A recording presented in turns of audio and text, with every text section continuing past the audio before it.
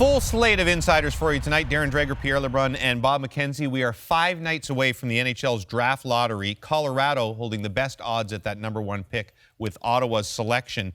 You've been surveying the scouts. Is Jack Hughes still the consensus to go #1? He is. In fact, nothing at face value has changed since our midseason rankings in late January.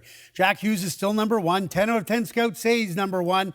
But when is unanimous misleading? Well, it is this time because the gap is closed considerably between the #1 prospect, Jack Hughes, of the U.S. Under-18 program, and the #2 player, Kaapo Kakko, who plays wing in Finland in a Finnish Elite League record for most goals in a season by an Under-18 player. So the gap is closed considerably. They say it's razor thin, although there's still some scouts who believe that Hughes is the clear #1 choice. But as tight as it is, what's going to be interesting now is the international hockey calendar.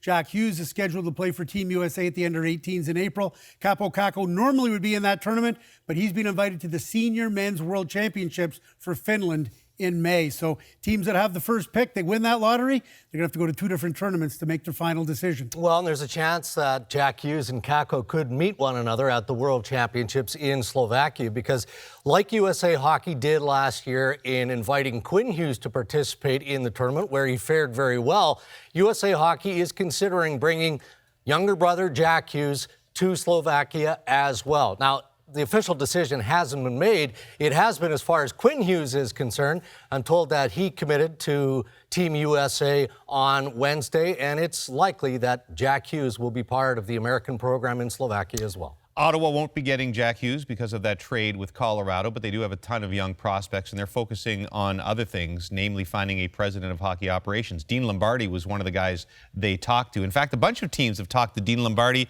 but staying put, Pierre?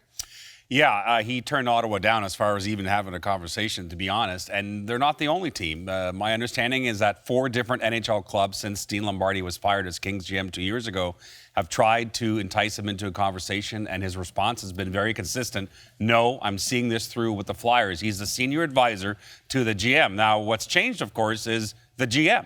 Ron Hextall is the guy that brought Dean Lombardi, of course, his old LA buddy, to Philadelphia a couple of years ago. Chuck Fletcher replaces Hextall as GM. What does that mean for Lombardi? Well, in fact, those 2 guys have really hit it off to the point where I'm told within the next couple of weeks, Chuck Fletcher and Dean Lombardi will sit down and they'll talk about a new contract. Dean Lombardi wants to stay put and help the Flyers get over the hump here. The news is official now out of New York, what we reported on Wednesday night, and that is Glenn Sather is stepping down as president of the New York Rangers at the end of this season. It is really the end of an era. So the New York Rangers are now in hiring mode looking for that president with the New York Rangers. And the most obvious candidate is already in New York, and that's because the Columbus Blue Jackets are playing the New York Rangers on Friday. And, of course, John Davidson, the president of the Blue Jackets, will be there at that game.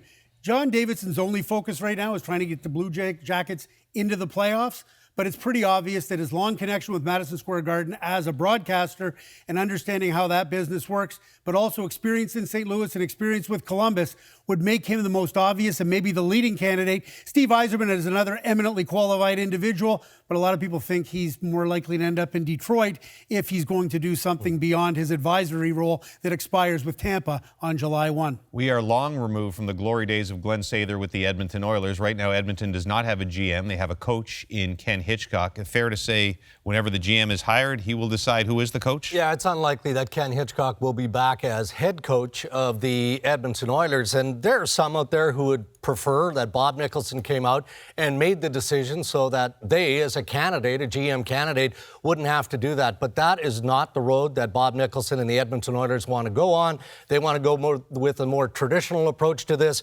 hire the general manager, and then let that general manager make all coach-related decisions, including the veteran Hitchcock. That team was hard to watch at times this season, but they may be the most fascinating team to watch this summer.